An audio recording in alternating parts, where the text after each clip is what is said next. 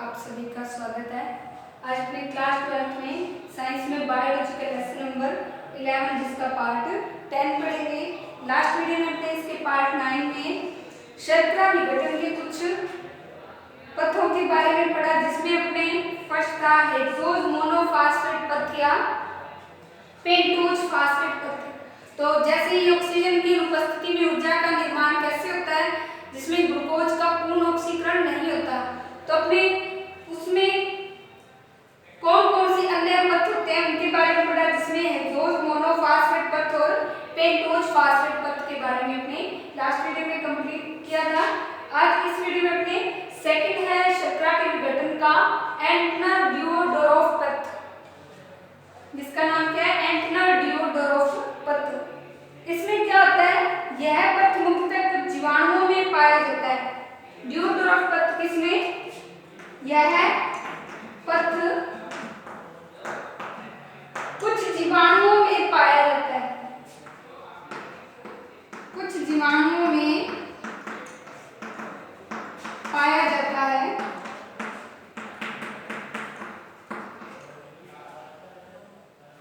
जिसमें क्या होता है, शर्करा के पाइल कमल तक विखंडन को प्रदर्शित किया जाता है। इस पथ में शर्करा के विखंडन को, शर्करा के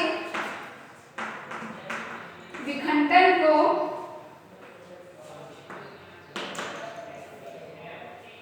शर्करा के विखंडन को प्रदर्शित करता है।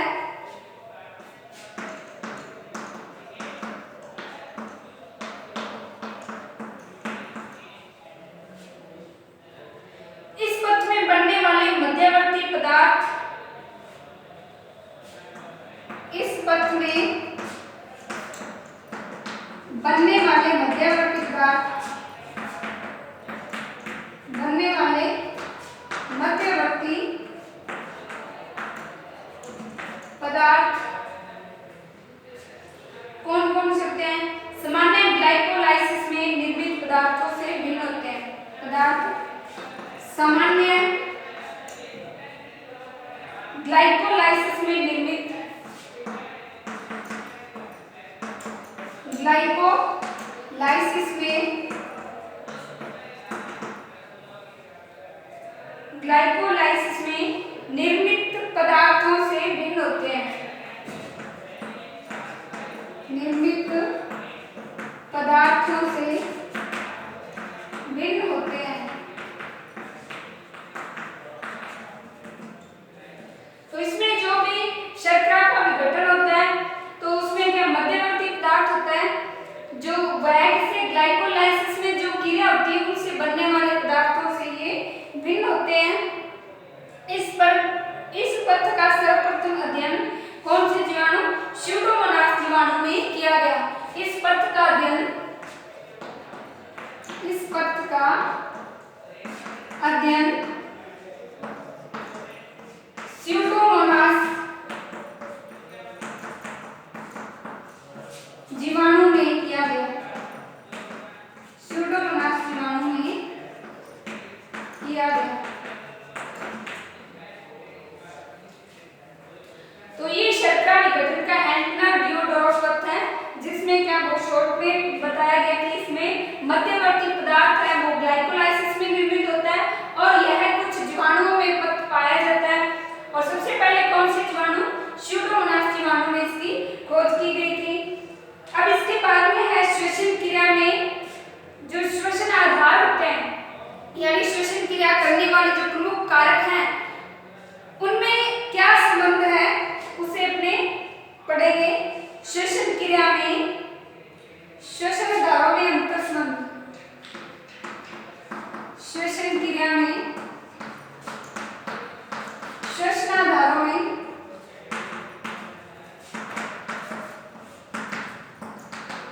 अंतर संबंध,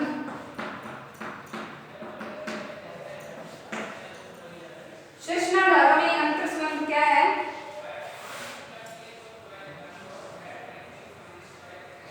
तो जो विभिन्न प्रकार के पथ हैं वो आपस में कैसे संबंधित हैं उसके बारे में इसमें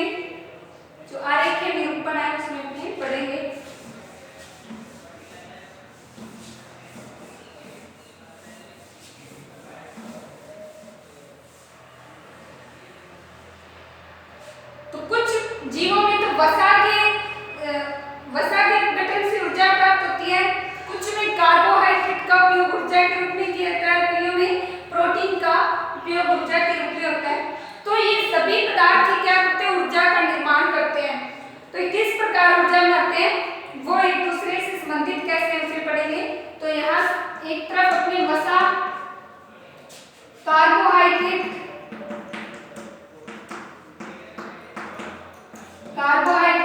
और इसके बाद में है प्रोटीन।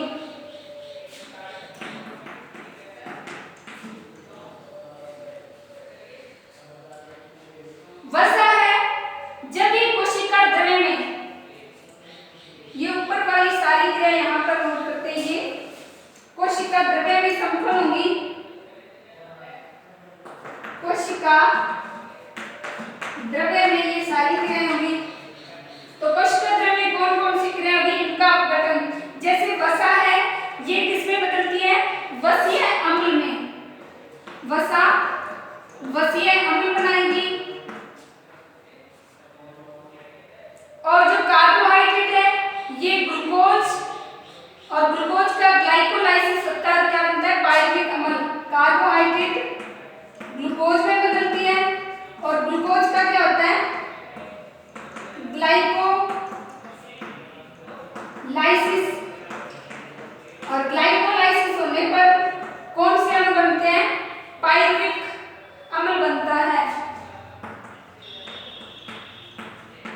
पायरुविक अम्ल। और इसके बाद में प्रोटीन है, प्रोटीन किसमें बदलता है, अमीनो अम्ल में बदलता है, प्रोटीन बनाता है अमीनो अम्ल। अब ये जो तीनों पदार्थों का अपघटन हुआ है ये सभी क्या करेंगे, या तो सीधी ऊर्जा में बदल जाते हैं या फिर अन्य मध्यवर्ती पदार्थों के रूप में बदलकर ऊर्जा का निर्माण करते हैं। यदि वसा है ये ग्लिसरॉल की उपस्थिति में अभिक्रिया होती है तो ये क्या बना देती है, ग्लाइकोलाइसिस अभिक्रिया द्वारा पायरुविक अम्ल बना देती है। ये किसमें, ग्लिसरॉल की उपस्थिति में। और ग्लिसरॉल आगे PgAl होता है इसका ग्लाइकोलाइसिस, यहाँ पर वसा या फिर ग्लिसरॉल बनाएगा। और ग्लिसरॉल है इसका आगे PgAl की उपस्थिति में ग्लाइकोलाइसिस चक्र में पायरुविक अम्ल का निर्माण होगा। और इधर जो प्रोटीन है ये अमीनो अम्ल के बाद में ये भी किसमें बदल जाते हैं, पायरुविक अम्ल में बदलते हैं। अमीनो अम्ल क्या बनाते हैं, पायरुविक अम्ल। और जो पायरुविक अम्ल है ये आगे किसमें प्रवेश करता है, माइटोकॉन्ड्रिया में। तो कोशिका द्रव्य के बाद में जो आगे कोशिका का भाग है माइटोकॉन्ड्रिया,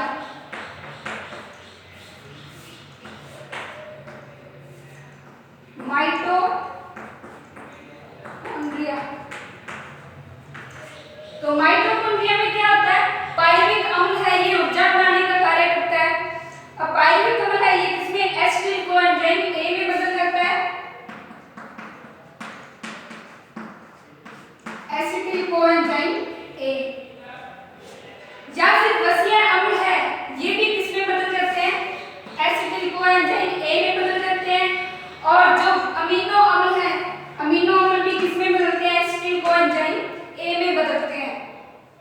फिर एसिटिल कोएंजाइम A क्रेब्स चक्र शुरू करता है, यहाँ पर कौन सा, क्रेब्स चक्र शुरू होगा। और क्रेब्स चक्र में विभिन्न प्रकार के यौगिक बनेंगे, इसमें CO2 बाहर निकलेगी और H2O।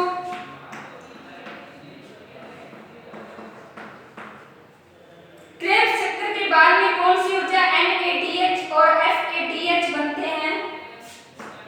यहाँ पर कौन कौन से उत्पाद बनते हैं, NADH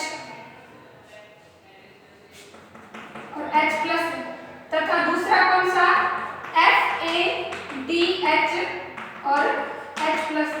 ये दोनों जब अणु बनते हैं तो ये आगे इलेक्ट्रॉन परिवहन तंत्र में प्रवेश करते हैं। दोनों अणु किसमें, इलेक्ट्रॉन परिवहन तंत्र यानी electron transport system, electron transport system में प्रवेश कर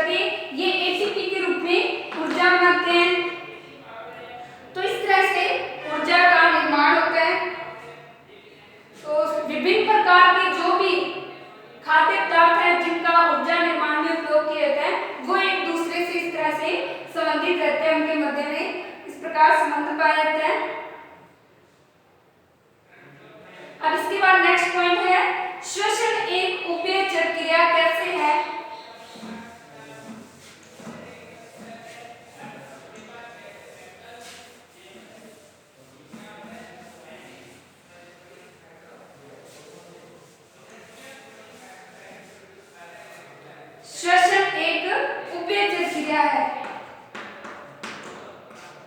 श्वसन एक उभयचर क्रिया है। तो उभयचर क्रिया कैसे है?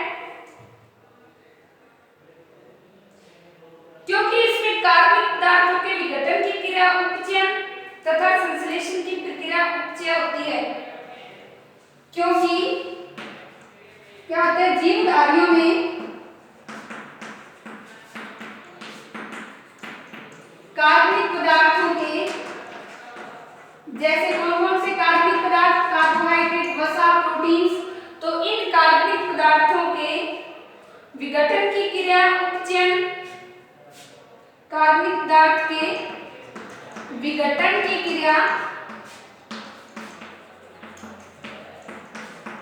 उपचयन तथा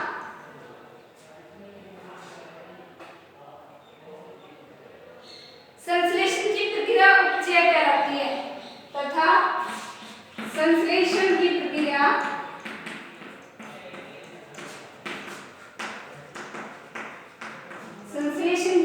क्या कहलाती है? उपचय कहलाती है। ये अपचयन और ये उपचय कहलाती है।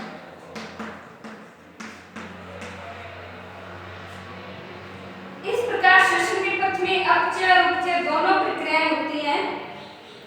इस तरह श्वसन क्रिया में अपचय व उपचय दोनों क्रियाएं होती हैं।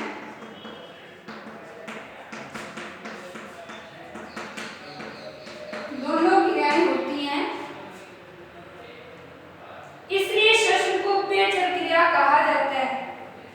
इसलिए श्वसन को उभयचर क्रिया कहा जाता है। उभयचर क्रिया कहा जाता है।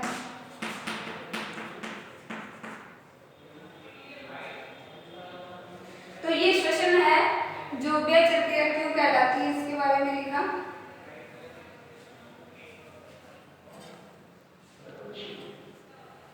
इसके बाद में अपने नेक्स्ट पॉइंट है श्वसन गुणांक। तो श्वसन गुणांक के बारे में अपने नेक्स्ट वीडियो में पढ़ेंगे।